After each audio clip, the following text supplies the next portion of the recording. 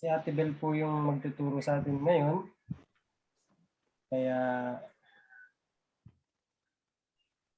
pakinggan po natin yung message ng Panginoon through the life of Ate Bel. Thank you din, Ate Bel, sa pag-accept ng training ng Panginoon. So, kung meron po kayong question, pwede po kayong mag-question. Pero meron kayong addition, pwede rin po kayong mag-type. Okay? So, binibigay ko na po kay Ate Bel yung microphone. Magandang gabi po ulit sa ating lahat. Bago po ako mag-start, gusto ko pong magbigay ng papuri at pasasalamat sa Panginoon for this chance through the life of Brother RJ. I know ito isang way para matrain sa mas mag-focus pa to study the Word of God. So kung may mga question po kayo, I thought nga hindi ko kakayanin this night kasi I struggle this past day because of chemotherapy. But I praise God and thanks Him because may strength ako ngayon and nakakapagsalita na din ako ng maayos, ng may strength. So, through the help of Holy Spirit, may He guide me, may He speak before me through this lesson, to lead this lesson. So, in chapter 36 po, yung title niya, chapter 36, yung title niya kasi sa Tagalog, binasa ni Baruch ang pahayag ng Panginoon. Pero yung translation niya sa English, ang title niya is Jehoiakim Burns Jeremiah Scroll. So, from the title pa lang nitong chapter 36, makikita natin how wicked King Jehoiakim is, how he respond sa message ng Panginoon, how he respond, how we stand before God through his warning. So sabi po dito, verse 1, noong ika-4 na taon ng paghahari ni Jehoiakim na anak ni Haring Josiah ng Juda, sinabi ng Panginoon kay Jeremiah. So kung maalala po natin, si King Josiah, kilala siya as one of the righteous king ng Judah. He made a reformation ng faith when they found the book of law ng BC 622. But unfortunately, namatay siya sa war in Megiddo, fighting against Egypt BC 609. So, nung mamatay siya, ipinalit ng taong bayan ang anak niya, ang first son niya na si Jehoahaz as king, but Egypt dethroned him, dinala siya sa Egypt at namatay, and then ipinalit ng Egypt si Eliakim as king over Judah, over Israel. At since basal na ng Egypt, pinalitan nila yung pangalang Eliakim as Jehoiakim. Kung matatandaan, namatay si King Josiah BC 609. Pumalit sa kanya si King Jehoahaz, yung first son niya, 3 months lang siyang nag-reign. So first reign ni King Jehoiakim BC 609. Sabi po dito, ika-4 na taon ng paghahari ni Jehoiakim BC 605. Kung matatandaan po natin, BC 605, ito din yung first reign ni King Nebuchadnezzar. And BC 605, ito rin yung first exile. And verse 2 po, sabi dito, inutusan ng Panginoon si Jeremiah. Jeremiah, inutusan siya, kumuha ka ng masusulatan at isulat ang lahat ng sinabi ko sa iyo tungkol sa Israel, Judah at sa lahat ng bansa. Isulat mo ang lahat ng sinabi ko mula nang una kitang kausapin sa panahon ni Haring Josiah hanggang ngayon. Kailan po ba unang tinawag ng Panginoon si Jeremiah to prophesy? Si Jeremiah, tinawag siya ng Panginoon to prophesy sa ika-13th year ng paghahari ni King Josiah. Si King Josiah, he reigned BC 641. So ika-13th year niya is BC 628. From BC 628 down to BC 605, yung message ng Panginoon na ibinigay niya kay Jeremiah is the same. At yun pa rin yung message na ipinapasabi ng Panginoon kay Jeremiah in this year ng paghahari ni King Jehoiakim. Ano ba yung message ng Panginoon from the beginning na tinawag niya si Jeremiah to prophesy? Open po natin sa Jeremiah chapter 1, verse Jeremiah chapter 1 verse 9 to 10. Basahin ko po siya. Pagkatapos tawagin ng Panginoon si Jeremiah. Pagkatapos hinipon ng Panginoon ang labi ko at sinabi, ibinibigay ko sa iyo ngayon ang aking mga salitang sasabihin mo. Sa araw na ito, binibigyan kita ng kapangyarihang magsalita sa mga bansa at mga kaharian. Sabihin mo na babagsak ang iba sa kanila at mawawasak at ang iba naman ay muling babangon at magiging matatag. So translation po ng English, then the Lord reached out his hand and touched my mouth and said to me, I have put my words in your mouth. See, today I appoint you over nation and kingdoms to uproot. This is the message ng Panginoon, to uproot and to tear down, to destroy and to overthrow, to build and to plant. Ito po yung message ng Panginoon from the beginning na tinawag niya si Jeremiah to prophesy. Verse 3, baka sakaling magsisi ang mga mamamayan ng Juda kapag narinig nila ang kapahamakang binabalak kong gawin sa kanila at talikuran nila ang masama nilang ugali. At kapag nangyari ito, patatawarin ko sila sa mga kasamaan at kasalanan nila. Imagine, brothers and sisters, from the start from BC 628 down to BC 605. BC 605 is the time of first exile. Ito na yung moment na mapupunta sa first exile to Babylon ang Juda, ang mga mamamayan ng Juda ng Israel. Pero kung makikita niyo po, from this very moment, nagbabakasakali pa rin ang Panginoon.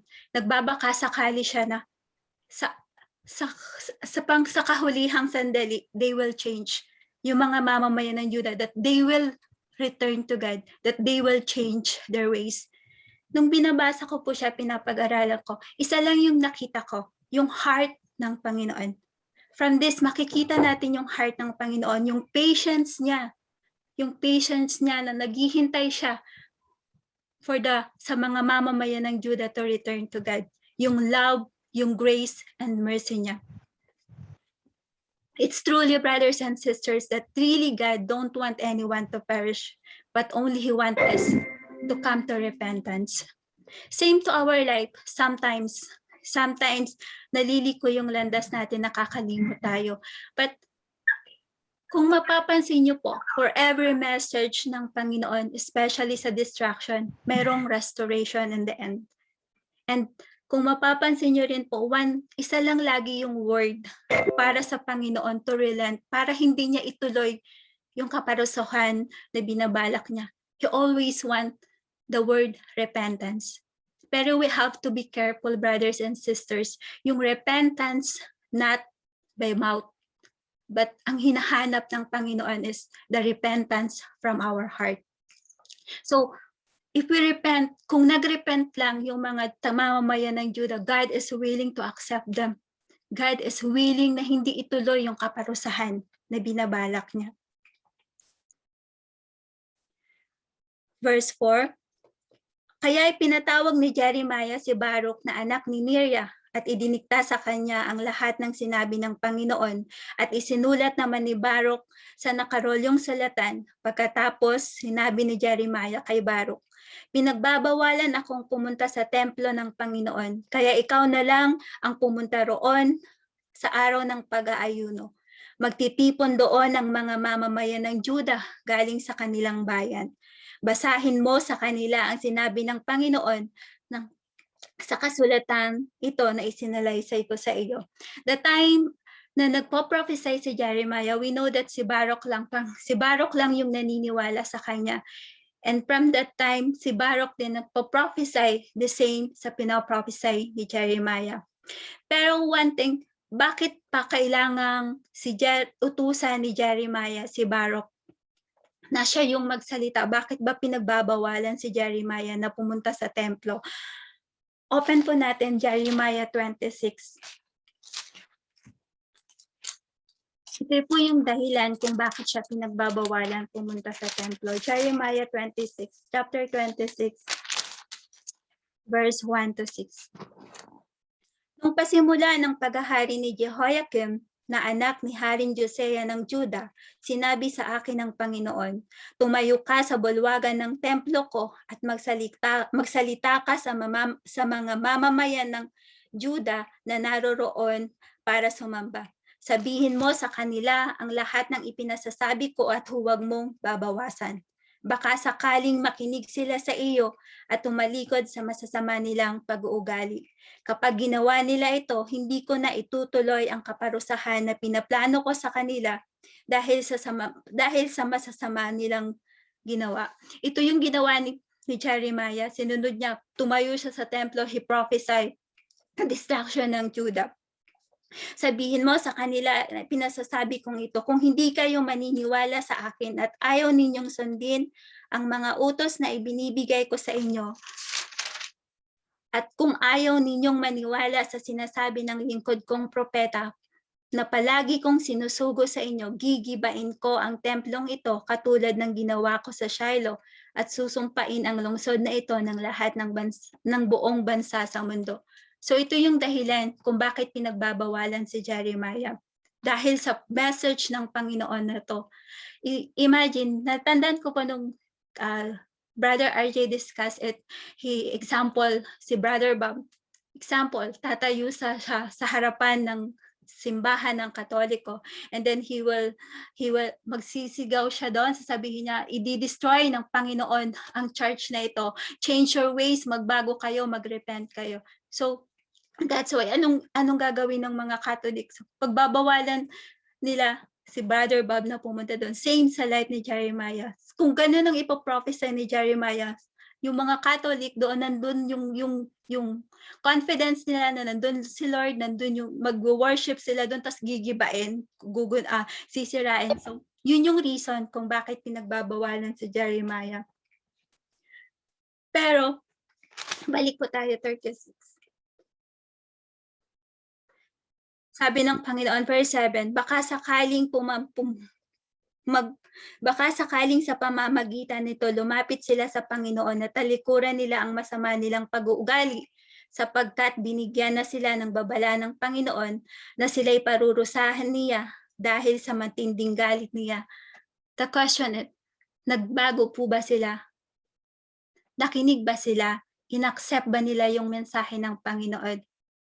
Hindi. Kasi nga po, they are captured of having false hope na ang lahat ng pinoprophesy, ang lahat ng sinasabi ni Jeremiah against Judah, against Israel ay hindi mangyayari. Kasi yung confident nila that God is there, God is in the temple. But what happened?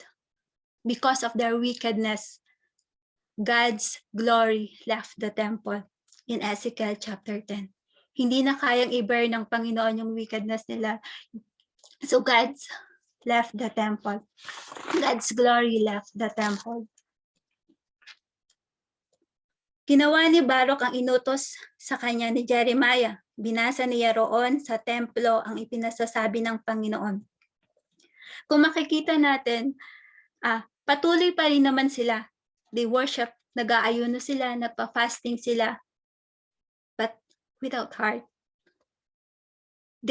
Ginagawa lang nila ito as ritual, as religious ritual. Parang wala, even na ginagawa nila, nagpa-fast sila, nag-aayuno sila, nag-worship sila, but the heart is not there. They still, parang same lang sa life ng Christian today. Yes, they go to church every Sunday, but Monday to Saturday, they are in the world. Only on Sunday, just a religious ritual. Kumbaga, nakasanayan na lang without heart. Pero pag after ng Sunday, Sunday, nasa church, nag-worship, kumakanta sa Panginoon. But paglabas ng church, Monday to Saturday, again, they are living what the world is. Nangyari ito ng araw na pag-aayuno sa presensya ng Panginoon ng ikasiyam na buwan ng ika-5 taon ng paghahari ni Jehoiakim. That time binasa ni Baruch yung message ng Panginoon. ng Jerusalem ng bayan ng Juda. Binasa ni Baruch ang sinabi ni Jeremiah na nakasulat sa nakarolyong sulatan sa templo na malapit sa silid ni Gemariya na kalihim ng anak ni Shaphan. Ang silid ni Gemariya ay nasa itaas ng bulwagan ng templo, malapit sa dinadaanan sa bagong pintuan. Nang marinig ni Mikaya na anak ni Gemariya at apo ni Shaphan ang mensahe ng Panginoon na binasa ni Baruch, pumunta siya sa palasyo doon sa silid ng kalihim kung saan nagtitipon ang lahat ng mga pinuno. Naroon sina Elishama, kalihim, si Delaya na anak ni Shimea, si Elnathan na anak ni Akbor, si Gamaliel na anak ni Shaphan, si Sedekiah na anak ni Hananeya at ang ibang mga pinuno. Isinalaysay ni Mikaya ang lahat ng narinig niya na binasa ni Baruch sa mga tao.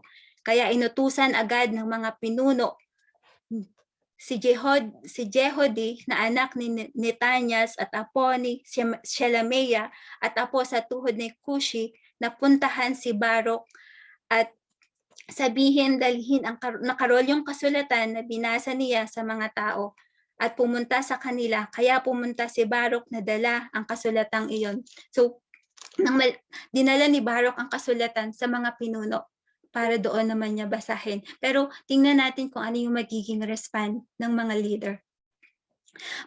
Pagdating ni Baruch, sinabi ng pinuno, maupo ka at basahin mo sa amin ang kasulatan.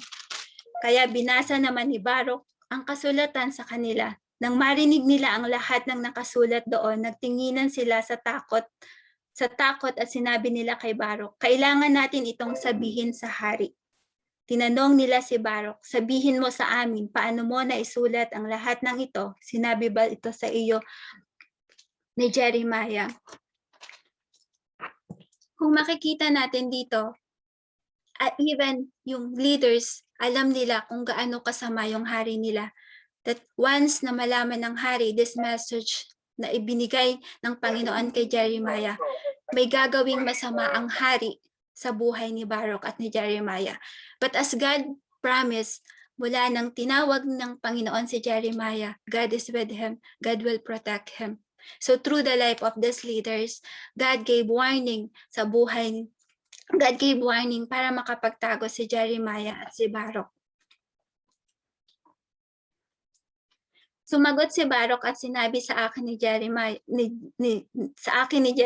ang bawat salita ay sa nakarolyong ito at isinulat ko naman sa pamamagitan ng tinta. Sinabi ng pinuno kay Baruch, magtago kayo ni Jeremiah at huwag ninyong ipapaalam kanino man kung nasaan kayo. Inilagay ng pinuno ang kasulatang iyon doon sa silid ni Elishama na kalihim at pumunta sa hari roon sa bulwagan ng palasyo. Sinabi nila sa kanya ang lahat. Yung message na nakasulat sa nakarolyong kasulatan, we don't know exactly kung paano yun.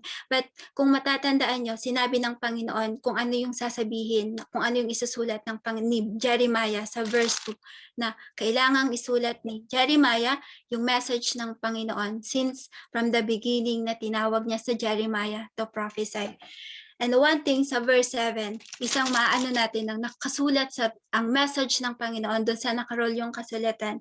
Sabi dito ng Panginoon, ito ay babala para sa mga taga-Juda, para sa kaparusahang ibibigay ng Panginoon. Yung message ng Panginoon, yun yung nakasulat doon sa rolyong kasulatan.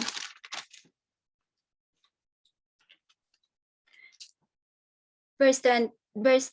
Kaya inutusan ni Haring Jehudi na kunin ang kasulatan. Kinuha ito ni Jehudi sa silid na Elishama at binasa sa hari at sa lahat ng pinuno na nakatayo sa tabi niya.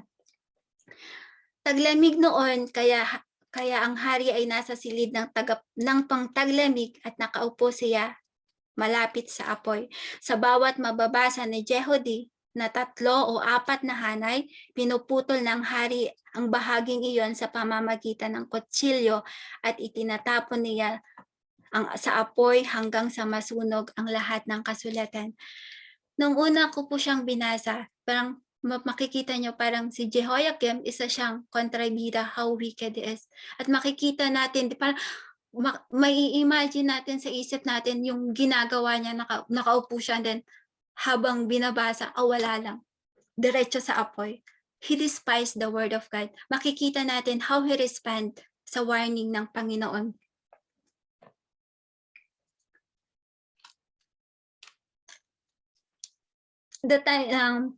Makikita din natin bakit makikita natin yung paano yung nag-respond si Jeremiah.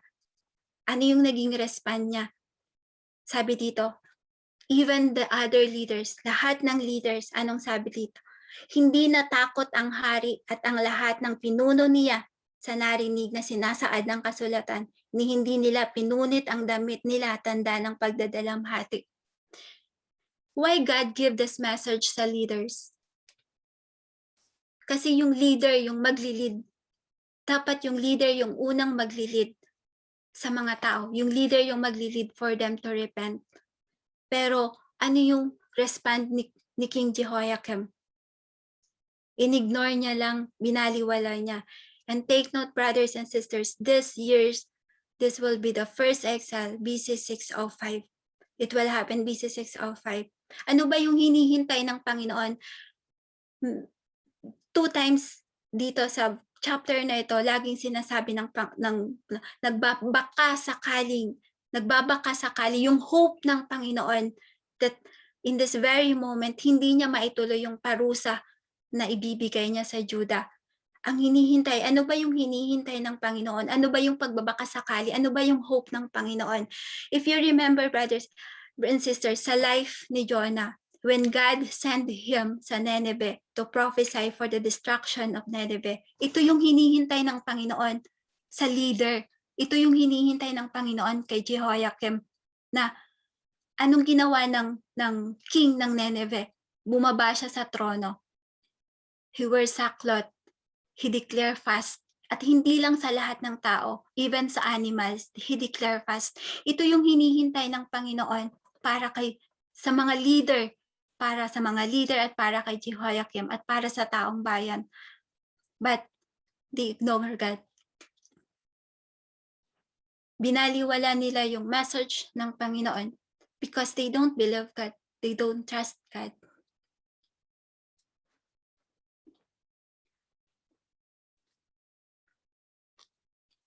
Sa halip, anong ginawa ni King Jehoiakim? Dahil sa kasamaang ito ni Jehoiakim, dahil sa ginawa niya, anong sabi ng Panginoon sa buhay ni Jehoiakim, sa life ni Jehoiakim? Open po natin sa Jeremiah 22, verse 13 to 15.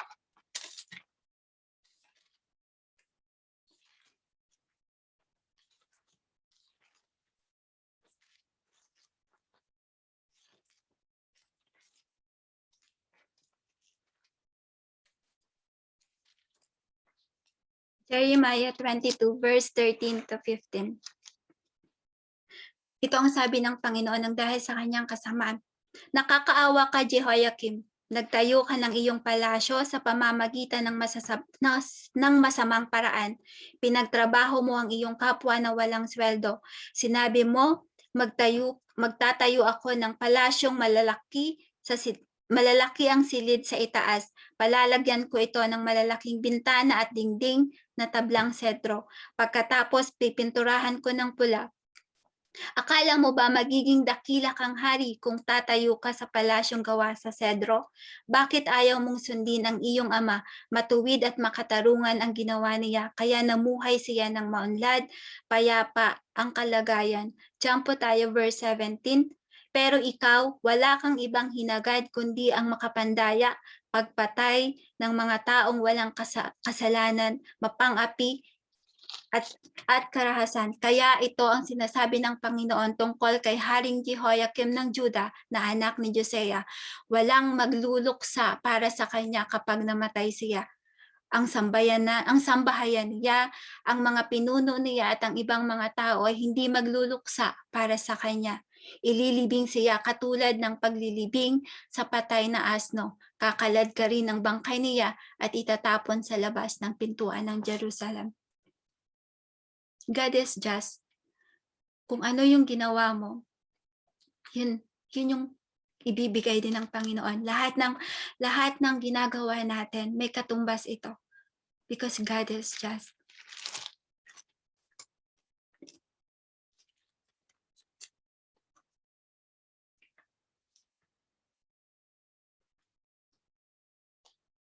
Balik po tayo, Jeremiah 36.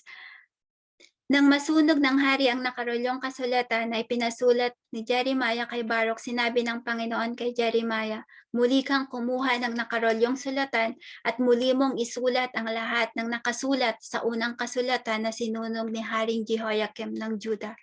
Pagkatapos, sabihin mo sa hari na ito ang sinasabi ko, sinunog mo ang nakarolyong kasulatan dahil sinabi roon na wawasakin ng hari ng Babylonia ang lupain ito at papatayin ang mga tao at mga hayop. Kaya ito ang sasabihin ko tungkol sa iyo, Haring Jehoiakim ng Juda.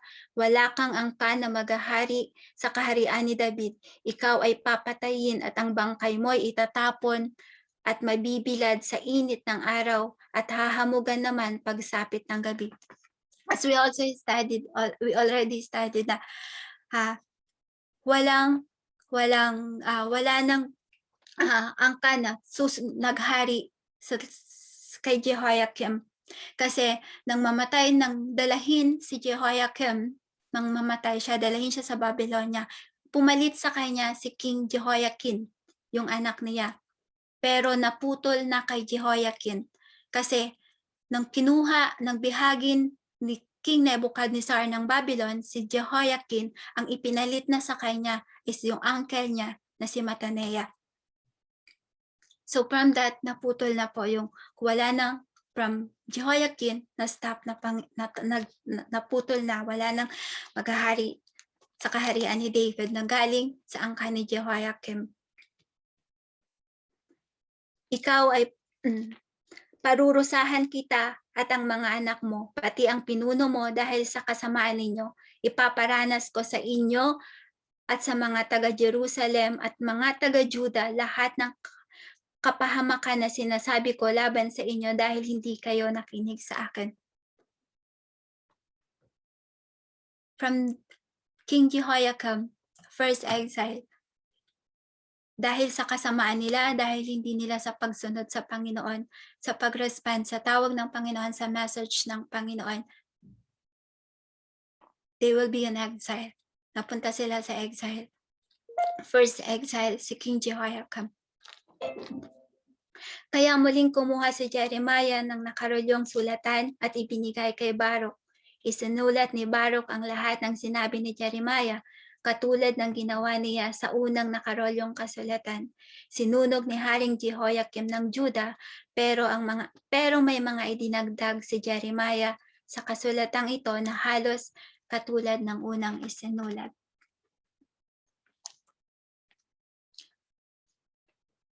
Ito po yung sa chapter 20. Kung meron po kayong addition or question, andyan po si Brother RJ para sumagot. Kung may question po kayo or addition,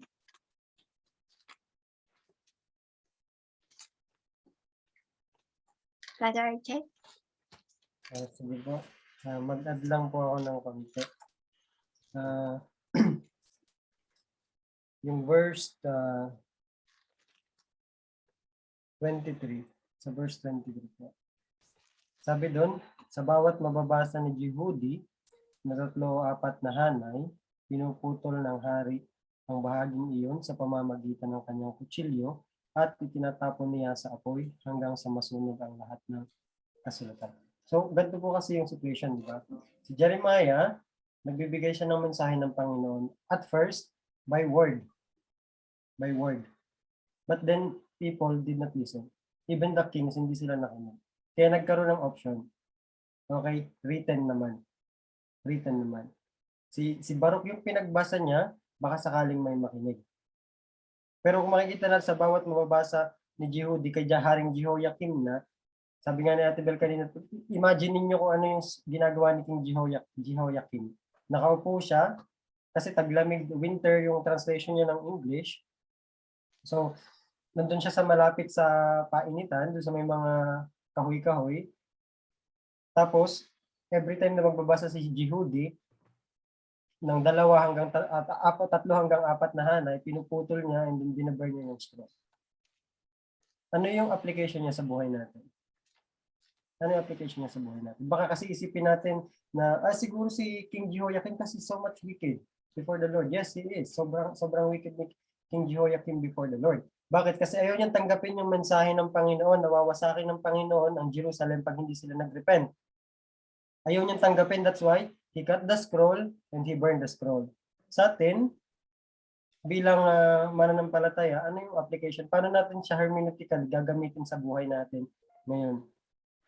Ayaw natin yung message, though hindi natin kinat yung Bible, hindi natin tinapon yung Bible sa fire, pero in-ignore natin yung God's word, that is the same essence actually.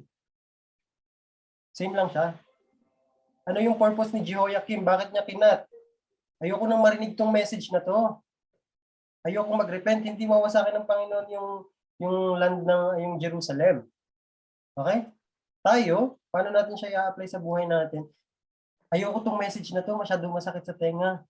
Ayoko yung repentance, ayoko yung obedience. Kahit hindi mo literally kinat yung Bible, pero in your heart, you cut the Bible and you throw into fire. Nakan niyo po? So somehow, sometimes, nagiging si Jehoiakim din tayo. I-search natin yung puso natin. Alam niyo po, pagdating sa scripture, kasi ang scripture, may flavor yan eh. Minsan encouragement ng Panginoon, minsan rebuke, minsan correct. Hindi natin pwedeng piliin kung ano yung mensahe na para sa atin. Gusto ko lang itong message na to, so ito lang yung ito-take ko. Pero pag review ko na, ayoko na. Okay po? So i-search natin yung sarili natin. Sometimes, nagiging si Jehoiakim ba ako? Though hindi ko literally sinusunog o pinuputol yung scripture, pero in my heart, I ignore God's word. Ayokong paniwalaan yung God's word. Ayokong tanggapin na ito yung rebuke ng Panginoon. Sometimes we did. Okay po? And also, sabi dito sa verse 24, hindi natakot, though nagbigay ng mensahe ang Panginoon written. Diba sinabi na ni Ate Bel kanina, na kaya hindi pinapayagan si Jeremiah to go to the temple dahil sa chapter 26 at sa chapter 7.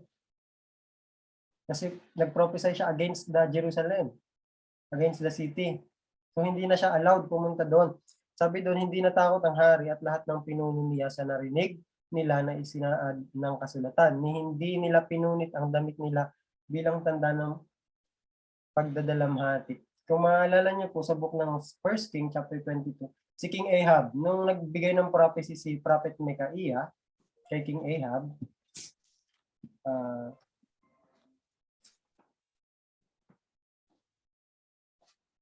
si Elijah pala, kay King Ahab, after nung Naboth's vineyard, nagbigay siya ng message. Ano ba yung ginawa ni King Ahab?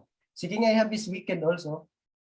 Wicked also si King Ahab. Pero ano sinabi ng scripture? When Ahab heard these words, he tore his clothes, put on sackcloth and fasted.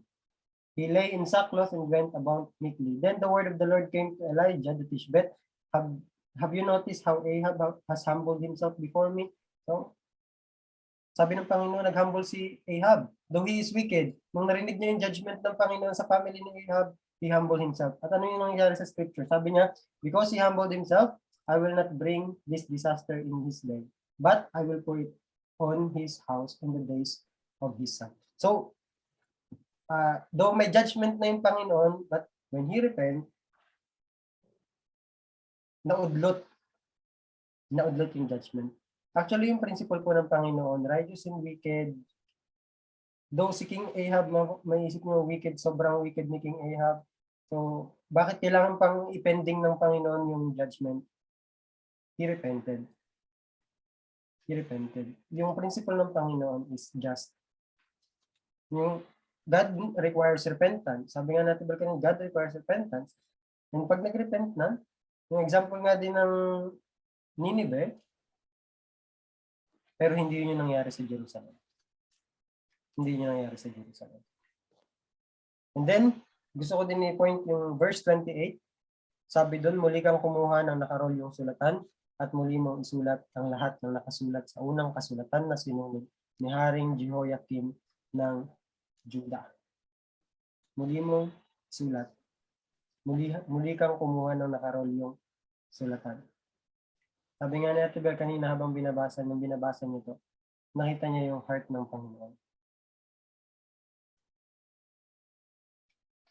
Yung kahit, sige, sirain mo yung scroll, gagawa ko ng panibagong scroll. Ang gusto ng Panginoon, mag-send ng message. Diba? You imagine, kung hindi na pinagawa ng Panginoon si Jeremiah ng second scroll, ng pangalawang scroll, God already give up. Pero hindi nag-give up yung Panginoon sa Israel. Hindi siya nag-give up sa Israel. As possible, sige, pinunit nila yung sinunod yung unang scroll, sige, magawa ka ng second scroll. And some scholars sinasabi po nila na that's the reason yung second scroll kung bakit ang book ng Jeremiah ay hindi siya chronological order. And somehow, some part ng book ng Jeremiah na meron tayo ngayon sa canon ng Bible ay nag-overlap minsan. Like for example, chapter 7, chapter 26, halos lahat may mga part na nag-overlap. They said na yung scroll ni Jeremiah, itong scroll na to, I don't know exactly. But God continually give them kahit sa written. At ito pa po yung makikita nyo po sa chapter 36, nyo po makikita. Is that? Like Paul. Yung mga epistle ni Paul sa prison, it's almost the same. It's almost the same. Kahit nasa prison si Paul, naka-advance ang gospel. It's almost the same. Kahit hindi allowed si Jeremiah na pumasok ng Jerusalem, ng city ng Jerusalem, God used Baruch para mag-proclaim. Diba? Kahit may pandemic tayo ngayon, God used another platform. Hindi mag-stay, kung halimbawa si preacher, si Paul ay nasa prison, hindi mag-stay yung word dun sa prison. Gagawa ang Panginoon para spread it out. Same sa time ni Jeremiah. And si Baruch, siya yung tagasulat ni Jeremiah. We can see also si Paul, may tagasulat din siya, right, sa book ng Romans. Si Tertius, may tagasulat din siya. So, almost the same. So, tayo, pag nakakarinig tayo ng Word of God, even though it is masakit, hindi natin pwedeng i-ignore. Okay po? Huwag na tayong maging si Jehoiakim. Huwag na natin gayahin si Jehoiakim. Malinaw po ba yan? May question pa po kayo? So kung wala na po tayong question, Ate Bel, sa'yo na ulit, chapter 37.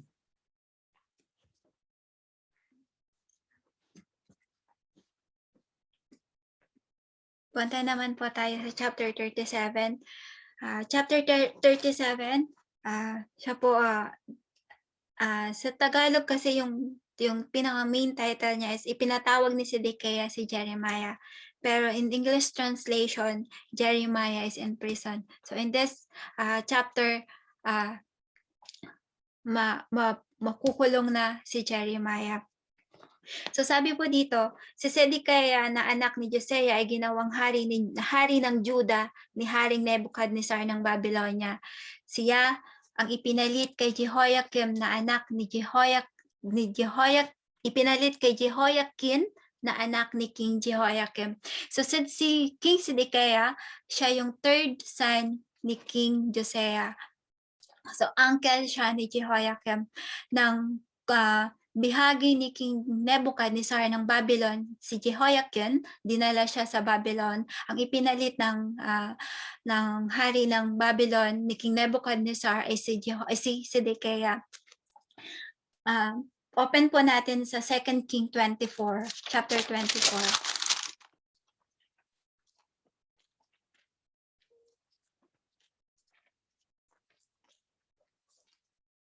2 King chapter 24 verse 12.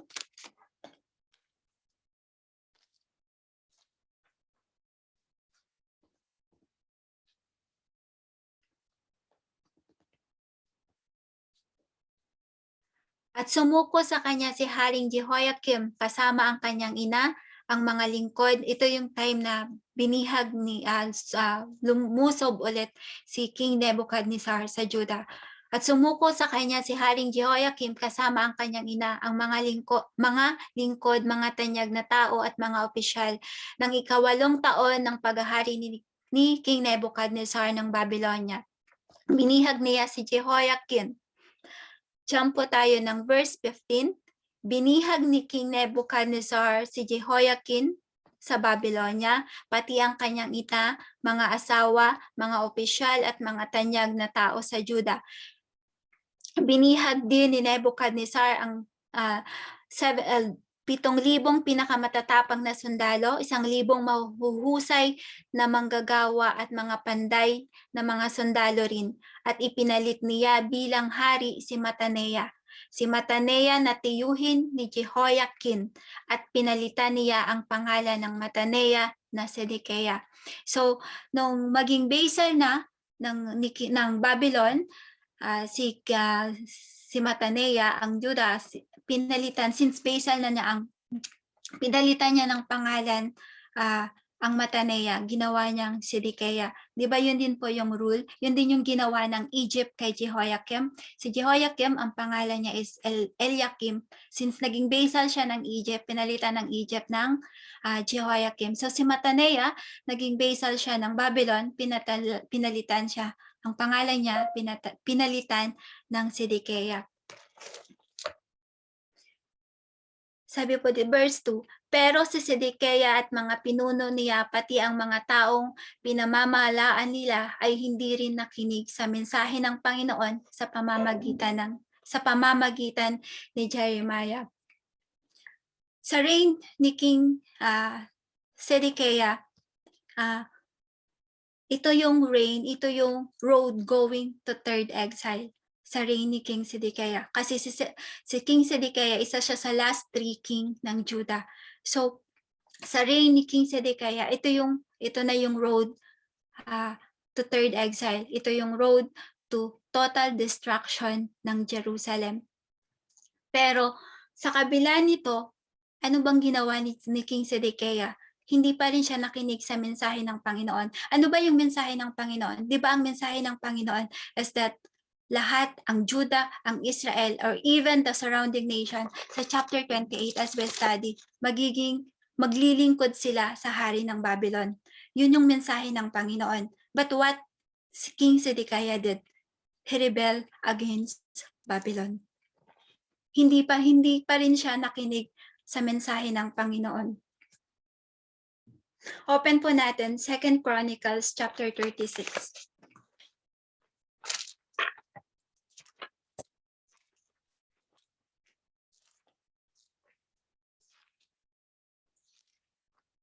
Ikalawang Kronika, chapter 36, verse 11 to 14. Ito yung ginawa ni Sedekiah. Si Sedekiah ay 21 taong gulang nang maging hari. Sa Jerusalem siya tumira at naghari siya roon sa loob ng 11 taon. Masama ang ginawa niya sa paningin ng Panginoon, kanyang Diyos, at hindi siya nagpakumbaba kay Jeremiah na propeta ng Panginoon. Nagrebelde rin siya kay Haring Nebuchadnezzar. Ito yung ginawa niya. Hindi siya sumunod sa mensahe ng Panginoon. Yung message ng Panginoon, you will serve the king of Babylon. Pero anong ginawa niya? He rebelled against Babylon. Kahit pinanumpa siya nito sa pangalan ng Diyos na hindi siya maghihimagsik sa kanya, naging matigas ang puso ni Sedekiah at ayaw niyang manumbalik sa Panginoon, ang Diyos ng Israel. Gayon din ang lahat ng punong pari at ang mga mamamayan ay hindi naging tapat sa Panginoon. Sinunod nila ang kasuklam-suklam na ginawa ng ibang bansa at dinungisan ang templo ng Panginoon at itinalagang banal sa Jerusalem. Yun yung still first exile, second exile, nasa Babylon na sila. Sa reign ni King Sedekiah, yung message ng Panginoon the same. Pero still, inignore ni King Sedekiah yung mensahe ng Panginoon. Hindi siya nakinig, even yung mga mamamayan. Ngayon, inutusan ni Haring Sidikeya si Jehokal na anak ni Shelemia at paring Sephaneas na anak ni Maaseya na puntahan si Jeremiah at hilingin at naipanalangin siya sa Panginoon na kanilang Diyos. Nang panahong iyon, hindi pa nabibilanggo si Jeremiah, kaya malaya pa siyang pumunta kahit saan. Imagine, brothers and sisters, si King Zedekiah, humihingi siya ng prayer humihingi siya ng panalangin sa Panginoon, ng message ng Panginoon. Hinihiling niya nga, tinatanong niya yung message ng Panginoon, but the question is, nakikinig ba siya? Mag-i-inquire lang siya, but still, kung ano yung gusto niya, yun yung susundin niya. Same as sa atin ngayon. Sometimes, we ask God, Lord, ano ba yung gagawin ko? Lord, ano ba yung tama? Ano yung dapat kong sundin? Ano yung gagawin ko? But yung decision is fixed na. Yung decision natin is nandun na. Ito na ang ginagawa na lang natin. We have the decision and then we pray to God. Pero hindi para baguhin kung ano yung decision natin. Hindi para sundin kung ano yung sinasabi ng Panginoon. But sometimes we want, Lord, ito yung gusto ko. Sundin mo ako.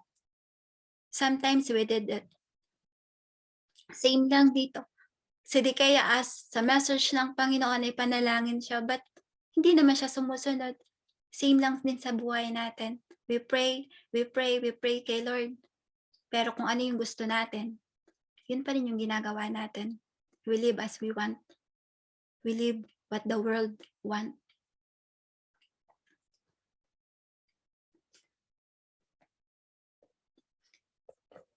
Pagkatapos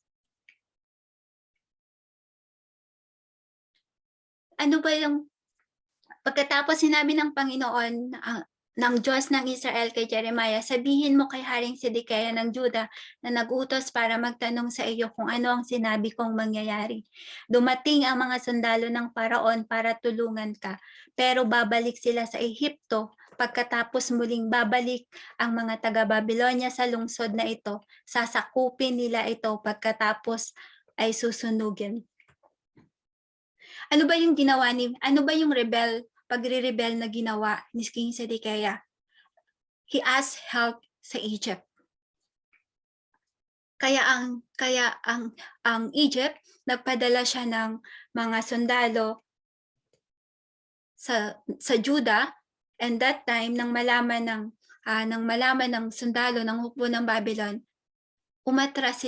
umalis sila sandali. Pero anong sabi ng Panginoon? Babalik sila. Kung matatandaan niyo, open po natin, ito din sinabi din to ng Panginoon sa Ezekiel chapter 17, kung yung pagre-rebel ba ni King Zedekiah ay magtatagumpay, kung yung paghingi ba ng King Zedekiah ng tulong sa Egypt ay magtatagumpay. Open po natin sa Ezekiel 17.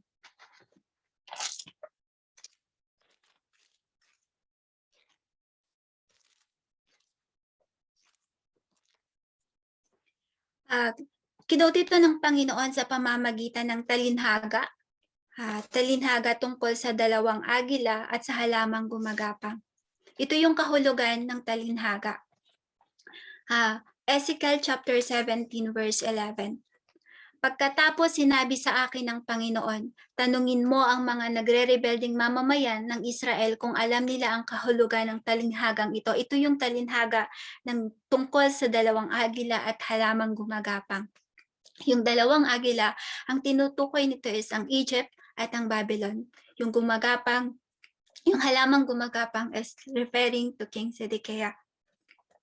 Sabihin mo ito ang kahulugan. Pumunta ang hari ng Babylonia sa Jerusalem at binihag ang hari nito, ang tagapamahala, at dinala sa Babylonia, si King Jehoiakim. Kinuha niya ang isa sa anak ng hari ng Juda at gumawa sila ng kasunduan at pinasumpa niya ang anak ng hari na maglilingkod sa kanya. This is King Zedekiah. Ipinalit siya, si King Zedekiah, ginawa siyang hari ng king ng Babylon over Judah, over Israel. Minihag din niya ang mga mararangal na tao ng Juda upang hindi na makabangong muli ang kahariang ito at hindi na makalaban sa kanya. Ang kahariang ito ay mananatili kung ipagpapatuloy niya ang kanyang kasunduan sa Babylon. Anong pangako ng Panginoon? Kung susunod si King Sedekiah sa hari ng Babylon, mananatili ang kaharian. Mananatili ang kaharian, hindi i-destroy ng Panginoon. Pero anong ginawa ni King Sedekiah? Pero nagrebelde ang hari ng Juda sa hari ng Babylon. Anong ginawa niya? Humingi siya ng tulong sa Egypt. Doon siya nag-rely. Kaya nagpadala ng mga tao sa Ehipto ang hari ng Juda para humingi ng kabayo at sundalo. Ito yung ipinadala. Kaya the time na sinisiege ng Babylon ang Juda, may paparating ang sundalo ng Egypt, pansamantala silang umalis. Pero anong sabi ng Panginoon? Pero magtatagumpay kaya siya? Ang tanong ng Panginoon, makakatakas kaya siya at makakaligtas sa parusa dahil sa pagsira niya sa kasunduan sa Babylon? Hindi. Ang sagot ng Panginoon, hindi. Sapagkat ako ang Panginoong Diyos na buhay, ay sumusumpa na ang hari ng Juda ay siguradong mamamatay sa Babylonia dahil sinira niya ang sinumpaang kasunduan sa hari nito na nagluklok sa kanya sa trono. Hindi siya matutulungan ng Faraon sa digmaan, pati ang napakaraming makapangyarihang sundalo nito kapag sumalakay na ang mga taga-Babylonia para puksain ang maraming buhay. Sinira ng hari ng Juda ang kasunduang sinumpaan niya sa hari ng Babylonia, kaya hindi siya makakaligtas. Kung matatandaan po natin, nang gawin ni King Nebuchadnezzar na King Sedekiah, he made a covenant. He made a covenant in the name of the Lord. Yun yung sinira ni King Sedekiah. Ako ang Panginoong Diyos na buhay, sumusumpang parusahan ko siya dahil sa pagsira niya sa kasunduang sinumpaan niya sa pangalan ko. Huhulihin ko siya at dadalhin sa Babylonia at doon parurusahan ko siya dahil sa pagtataksil niya sa akin. Mamamatay ang kanyang mga sundalo, tumatakas at ang matitira sa kanila ay mangangalat sa iba't ibang lugar at malalaman ninyo na ako ang Panginoong nagsasabi nito. Di po ba dun sa covenant na pinag-aralan natin, they made a covenant, naghati sila ng lamp at lahat sila lalampas doon. Kung sinong magbe-break sa covenant, sila yung mamamatay sila. So since King Sedekiah, he break the covenant. Ito yung sabi ng Panginoon. Balik po tayo Jeremiah 37.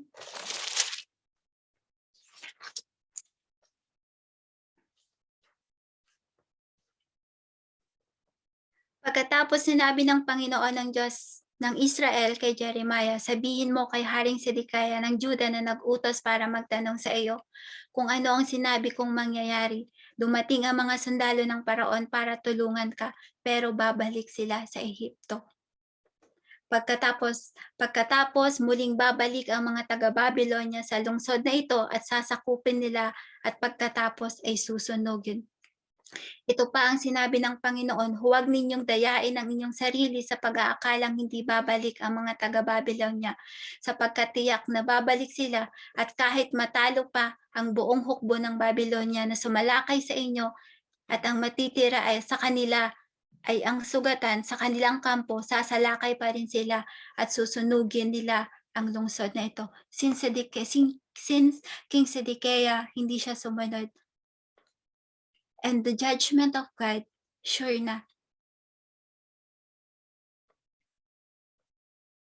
Sa reign ni King Sedekiah, total destruction ng Jerusalem happened.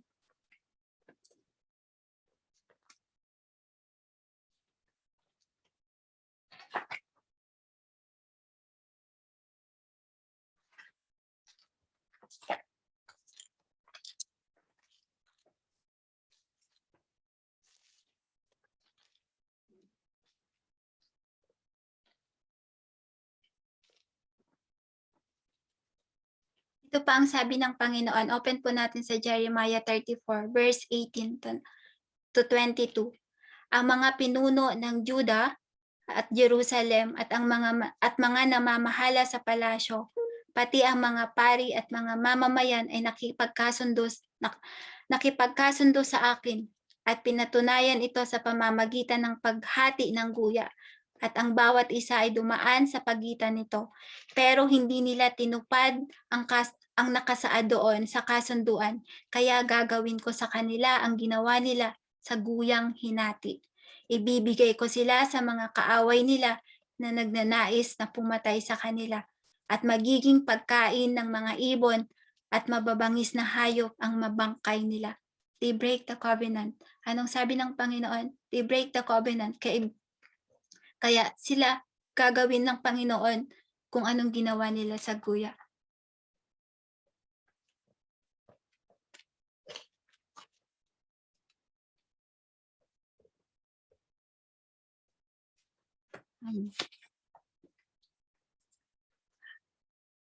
Punta po tayo kung may question po ba doon.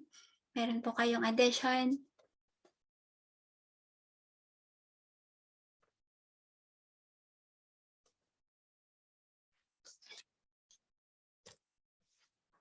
Kung wala, Bro Jay, meron kang addition?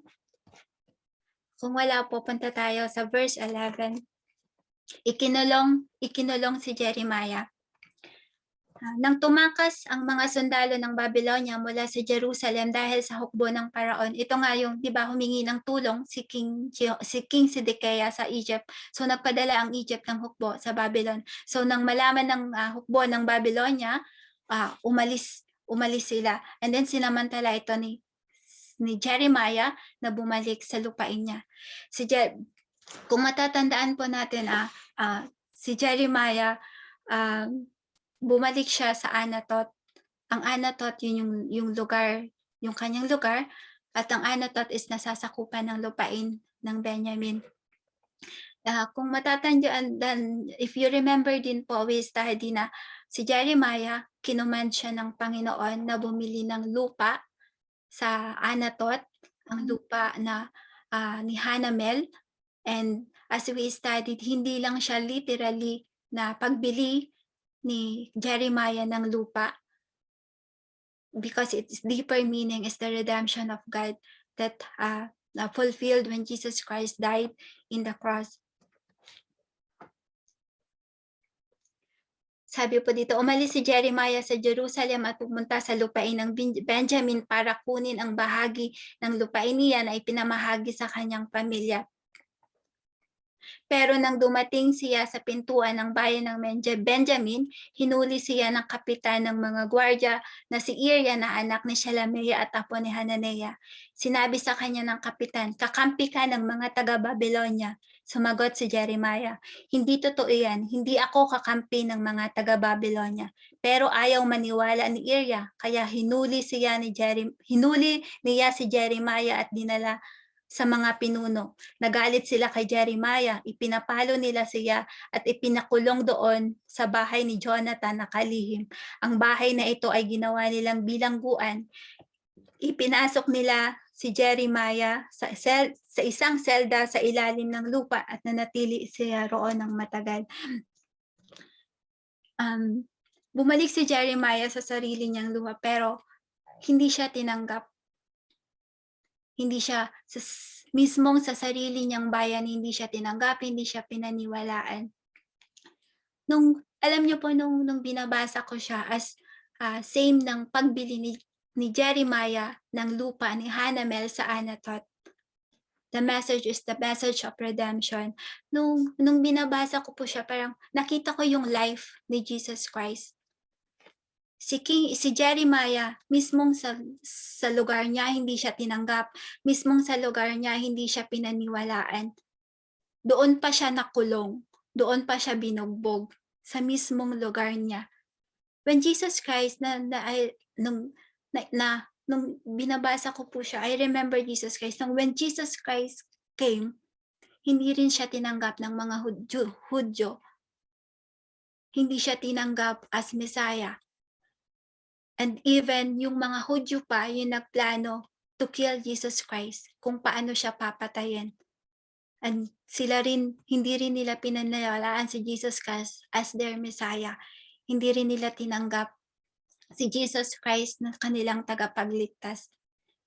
Sa mismong lugar, sa mismong lugar, hindi tinanggap si Jeremiah, same as Jesus Christ, mismo yung mga Hudyo yung nag-crucified sa kanya, nag-alipusta sa kanya.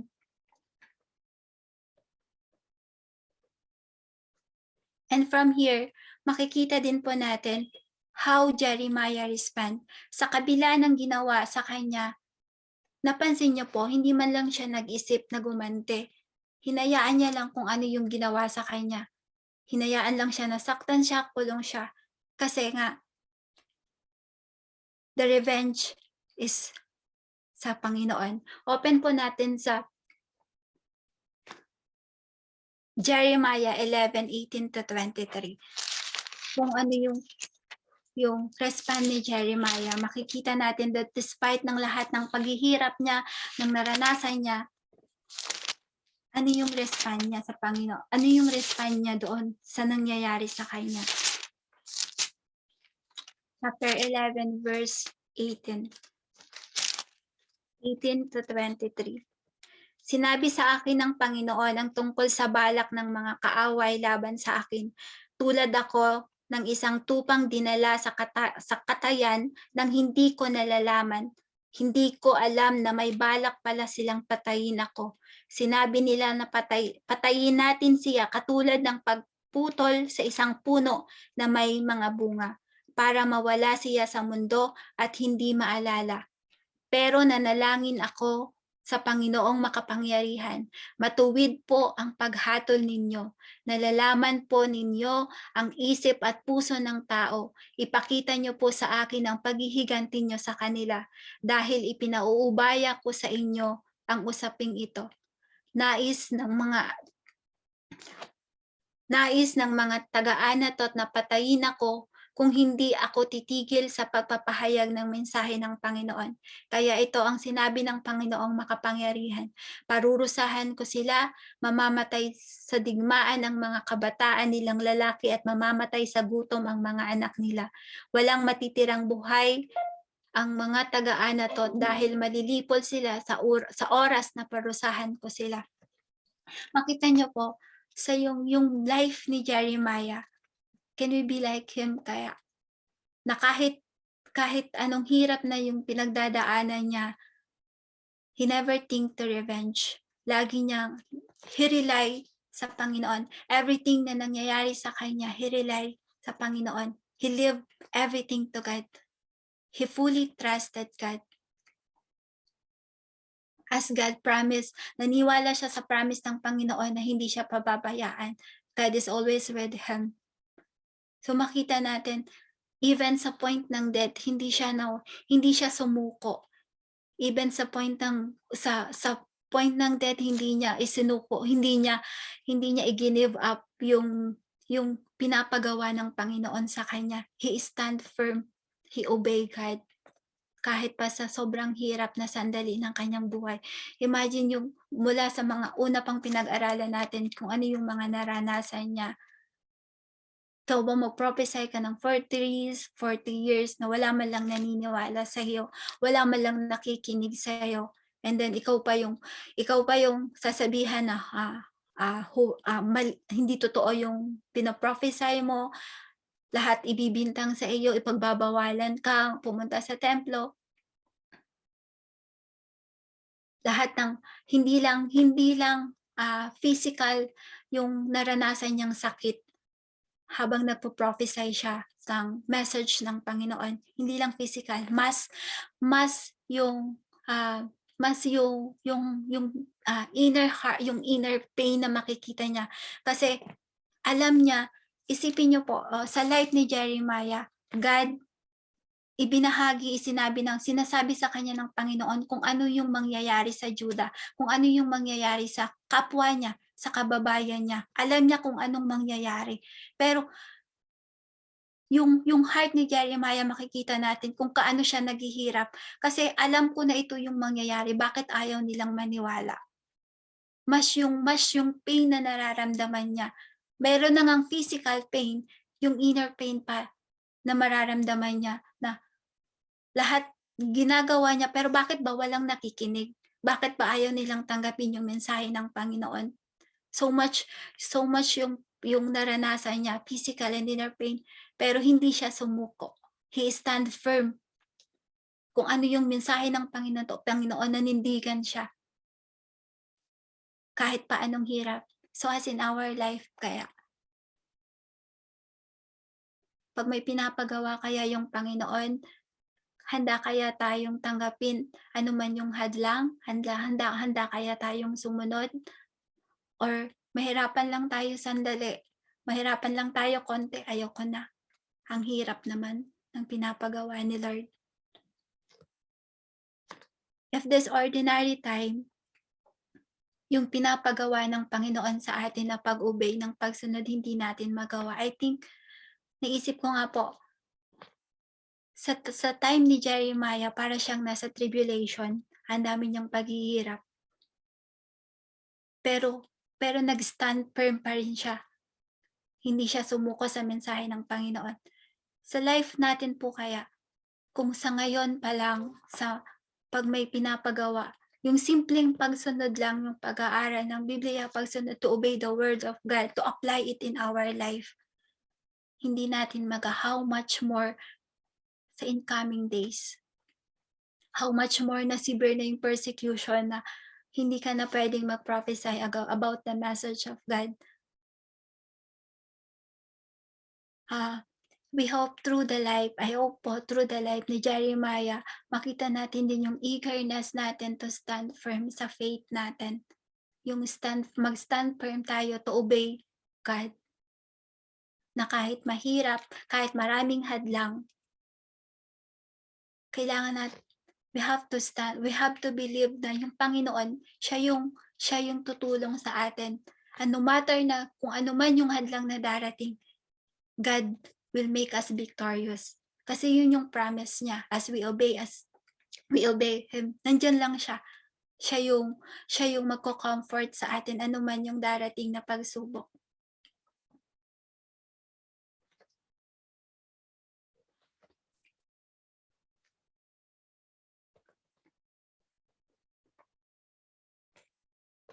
Sabi po dito, verse 17, kinalaunan ipinakuha ni Haring Sedekiah si Jeremiah at dinala sa palasyo.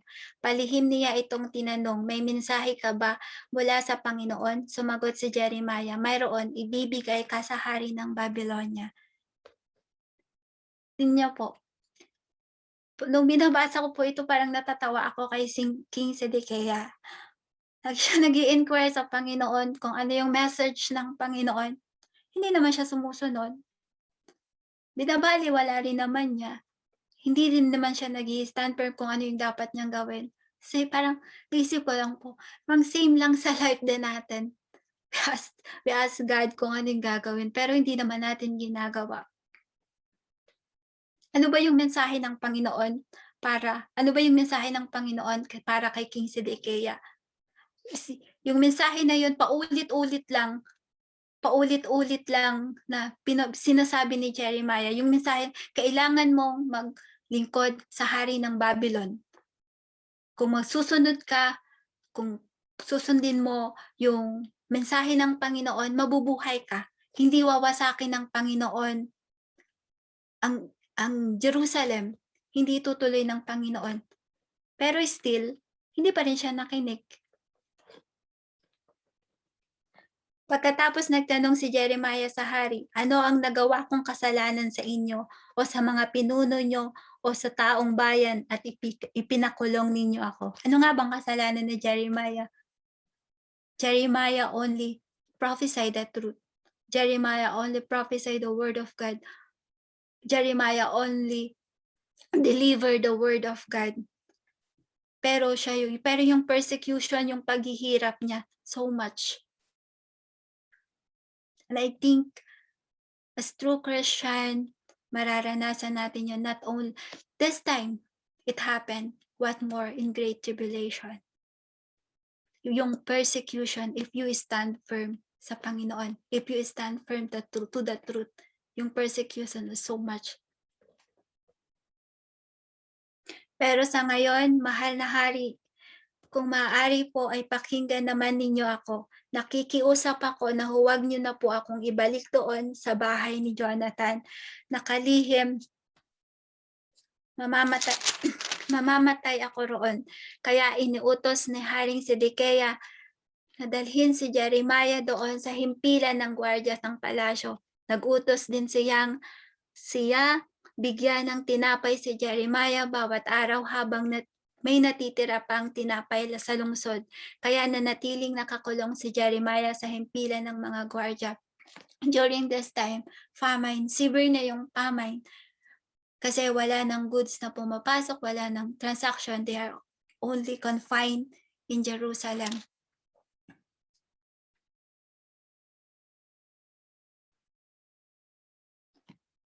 And nanatili at si kaya nanatiling nakakulong si Jeremiah sa himpilan ng mga gwardiya. Kung makikita na, di ba, we also studied na yung character ni King Sedekia, parang hindi siya marunong, wala siyang paninindigan. Kung ano yung sinasabi sa kanya, yun yung gagawin niya.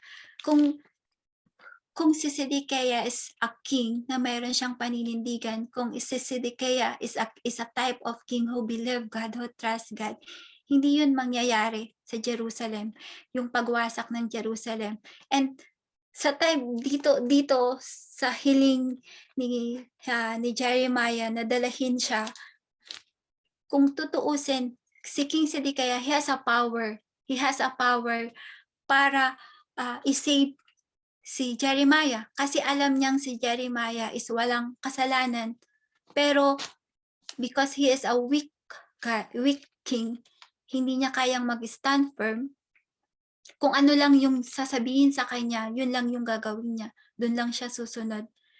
But parang naisip ko lang po, kung weak si Sedekia at kung ano lang yung sinasabi sa kanya, yun yung sinusunod niya, sana yung weak na yun, yung weakness niya na yun, ginamit niya yung weakness na yun sa pagsunod sa mensahe ng Panginoon.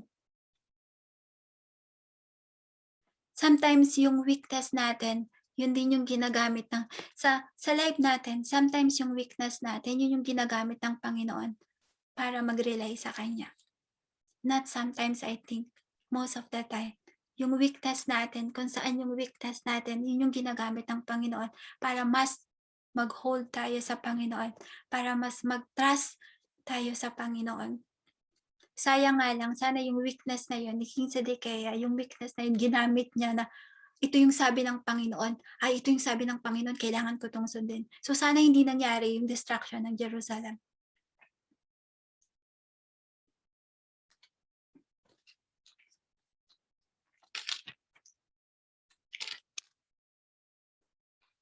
Yun po, sa chapter 37, baka may gusto po kayo, addition, correction, or addition.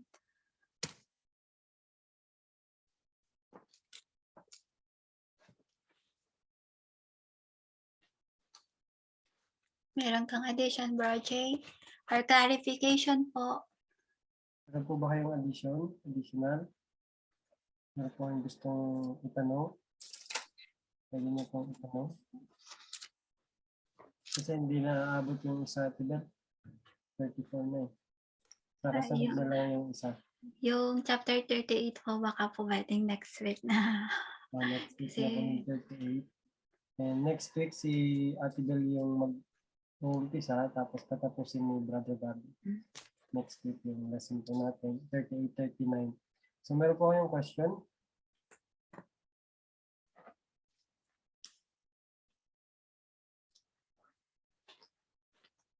Meron po. So makikita natin sa chapter 37 na kahit nag-withdraw pansamantala ang Babylon dahil sa army ng Egypt, kasi patandaan po natin ang Egypt is isang malakas din na power galing sa south. Kaya nga nung nagra-rise to power ang Babylon, nagkaroon ng alliance ang South at saka ang Egypt at ang Assyria to fight against Babylon. So ibig sabihin, Egypt is also powerful nation. Powerful during that time. No, kaya nag-rely si King Zedekiah sa Egypt kasi akala niya matutulungan siya ng Egypt. Hindi niyo po ba napansin dun sa binasa natin kanina sa Ezekiel chapter 17, sinabi ng Panginoon, nag-rebel si King Zedekiah. Ano yung sinabi ng scripture? Hindi kay King Nebuchadnezzar, pero sa akin. Buksan niyo po ulit yung Ezekiel chapter 17. Ezekiel chapter 17, verse 20. Ezekiel 17:20. Pansinin niyo po mabuti. Huhulihin ko siya at dadalahin sa Babylonia at dooy parurusahan ko siya dahil sa pagtataksil niya sa akin. Makikita natin, nagtaksil si King Zedekiah, actually literally, sa king ng Babylon. Kay Haring Nebuchadnezzar. Pero sinabi ng Panginoon, nagtaksil dahil sa pagtataksil niya sa akin. Kasi nga, sabi natin doon kayo, nag-take siya ng oath sa king ng Babylon in the name of God.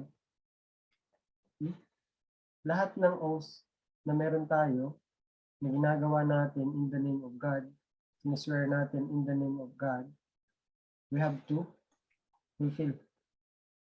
We have to fulfill. Okay? Dahil doon, dahil sa pagre-rebel, pagtataksil ni King Zedekiah, nag-march na ang Babylon. At then, nag-withdraw sila dahil sa Egypt. Ngayon, sabi ng Panginoon, iniisip siguro ng Juda, ligtas na sila kasi nag-march ang nag-send din ang paraon ng army. Pero ano yung sinabi ng Panginoon, tingnan niyo po mabuti. Verse 10 ng chapter 37. Verse 9, sabi doon, ito pa ang sinasabi ng Panginoon, huwag ninyong dayain ang inyong sarili sa pag-aakalang hindi na babalik ang mga taga-Babylonia sa sapagkat tiyak na babalik sila. Pansinin niyo po mabuti, kahit na matalo niyo pa ang buong hukbo ng Babylonia, you imagine, natalo nila ang buong hukbo ng Babylonia, paano pa masusunog ang Jerusalem? Sabi niya, kahit na matalo niyo pa ang hukbo ng Babylonia na sumasalakay sa inyo, at ang matitira sa kanila ay sugatan, sa kanilang kampo, sugatan, ibig sabihin, wala na silang capability or ability na sunugin pa ang temple at matalo ang Juda. Sasalakay pa rin sila sa inyo at susunugin nila ang lungsod na ito. Ibig sabihin, kahit paanong circumstance ng Babylon during that time, susunugin ang Jerusalem. Imagine, natalo nila ang buong hukbo, sugatan na yung iba. Paano pa masusunog ang Jerusalem? It's actually impossible. So, ang point ng Panginoon, yung judgment niya, yung pagsusunog sa Jerusalem, will happen no matter what. Will happen no matter what. Diba yung laging ginagamit ni Pastor ang example? Yung snow. Kahit pa full na yung itaas ng binhi ng snow, hindi pa rin siya magko-collapse. Pero even yung pinakamalit na drop ng snow pumatak sa ibabaw ng binil, pwede siyang mag-collapse. So, that time, yung third exile, wala nang remedy. Wala nang remedy. And makikita din natin sa life ni Jeremiah, sa chapter 37, na yung buhay niya bilang isang propeta ng Panginoon. Makikita mo yung provision ng Panginoon, makikita mo yung protection ng Panginoon. Even sa chapter 36, di ba, makikita nyo doon, itinago sila. Chapter 36, kung makikita nyo po doon, verse 26. Chapter 36, verse 26.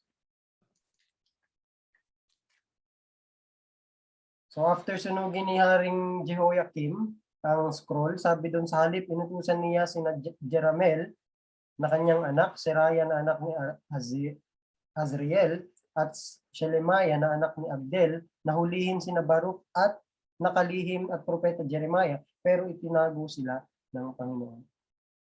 The Lord hidden them. Tinago sila ng Panginoon. Makikita natin sa ministry ni Jeremiah for 40 years, ilang beses siyang na-imprison, ilang beses siyang ni-reject.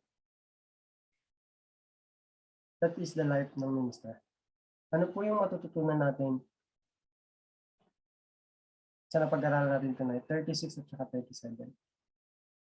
Ano po yung matutunan natin sa 36 at 37? Tandaan niyo po, yung period na to, this is last days ng Jerusalem, ng Judah, before exile. Before exile. Last days nila. Na tayo po ay nabubuhay din sa last days. Sa last days tayo din nabubuhay. Kahit gaano pa, tingnan niyo po sa part ng listener, hindi sila nakikinig. Si King Jehoiakim, hindi siya nakinig. Pag pinanood niyo po yung spoken word, kasi din ko siya pinanood yung spoken word, kung paano nila pinortray, iyak nang iyak si Jeremiah kasi sinusunod ni King Jehoiakim yung scroll. And that is the heart of God. That is the heart of God. Kung makikita natin, sa part ng listener, they will not listen. That is last days. Sign siya ng last days. Sa part ng listener, walang makikinig. Kaya po kung tayo listener, ini-encourage ko po kayo, tigilan niyo na po yung pakikinig ng klase ng prosperity preaching.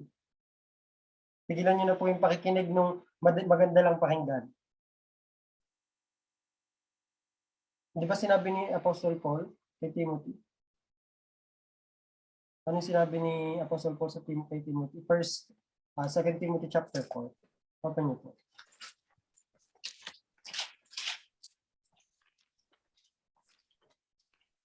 Tinuturo ni Ate Bel yung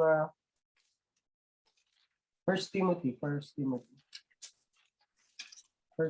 chapter 4.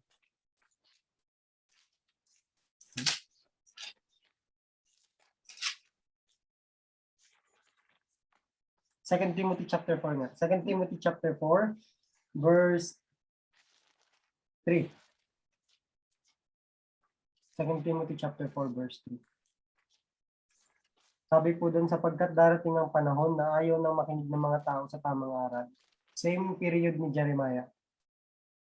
Sa listener, ayaw na nilang makinig sa tamang aral. Sa halip, hahanapin nila, hahanap sila ng mga guro magtuturo lamang ng gusto nilang marinig para masunod nila ang kanilang layaw.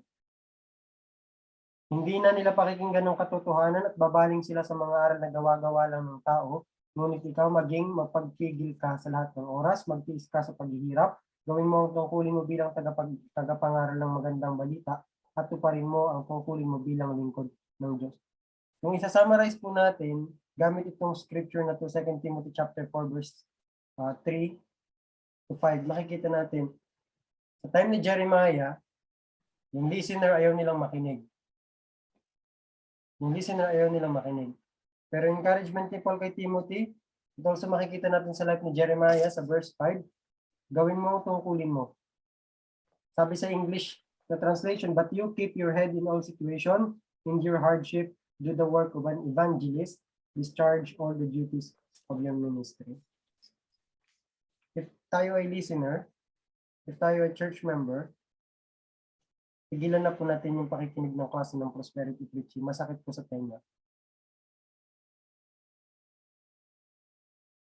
Mas pinipili natin kasi yung mga ganong klase ng preaching eh. Mas pinipili natin yung ganong klase ng preaching. Yung i-comfort tayo. Though yung life natin is mali. Huwag po natin sanayin yung sarili natin sa mga ganong klase ng teaching. Huwag nating hanapin kung ano yung gusto ng tenga natin. Kung ano yung tinuturo ng scripture, yun. Nakuha niyo po? Yun ay sa part ng listener. Sa part ng preachers, hindi natin kailangan mag-compromise kung ano yung gusto marinig ng tao. Hindi natin kailangan mag-compromise kung anong gusto marinig ng tao. Tandaan niyo po, tayo po ay servant of God, hindi po tayo servant of man. Okay po? Kahit makasakit pa tayo ng puso, kung yun yung word of God,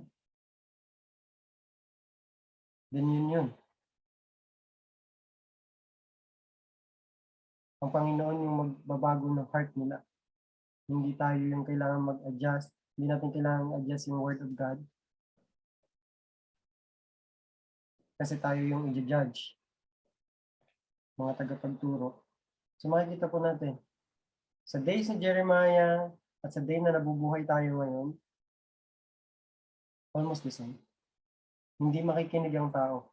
Ayaw na nila ng fundamental faith. Gusto nila yung katulad ng sa mundo. I remember somebody asked me, Kuya, pwede po bang ganito yung gawin ko kahit po Kristiyano na ako? Sabi ko sa kanya, tinawag tayo para sa holiness. Ibig sabihin, kung ito ginagawa ng mundo, dapat hindi mo siya ginagawa.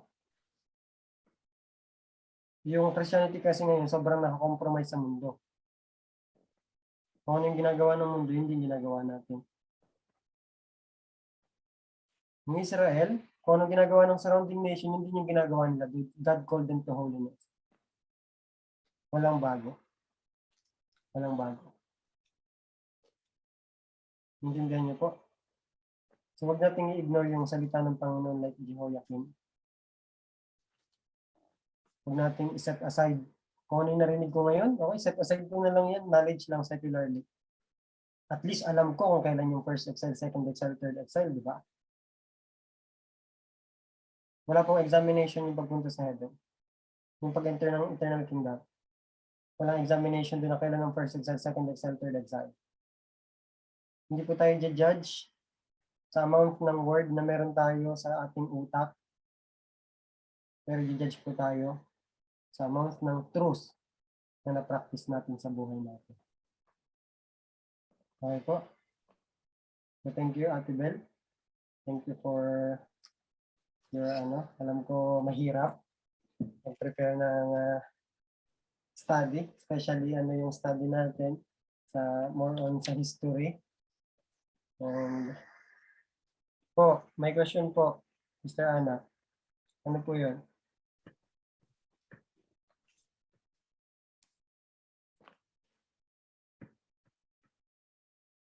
Ano po 'yun, Sister Ana? Paano ba i-share ang word of God? Paano ba i-share ang word of God? Paano i-share ang word of God? Actually, meron po tayong tinatawag na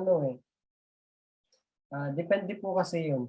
Meron tayong kirigma at saka didake na klase ng pagtuturo. Ibig sabihin, hindi ko pwedeng ituro lang, for example, ito nasa buong historical context tayo, hindi ko siya pwedeng ituro dun sa mga unbeliever. Kailangan ko magturo sa kanila yung foundation, yung umpisa. Yung umpisa. So, depende po sa receiver. Kung halimbawa naman, believer na sila, nag-share ka ng Word of God, pwede na yung Old Testament na tuturo mo sa kanila. Pero kung halimbawa, unbeliever pa sila, yung parang gusto mong mag-witness, so, kailangan natin unang introduce yung gospel ni Jesus Christ on the basis ng scripture. Kasi maraming klase ng evangelization ngayon, na hindi naman siya based ng scripture. Kung ano po yung sinasabi ng scripture, unbeliever, truth with love. Unbeliever, truth with love. Usually, pag unbeliever, gospel ang unang ini-introduce. Gospel. Ano yung status ng isang tao?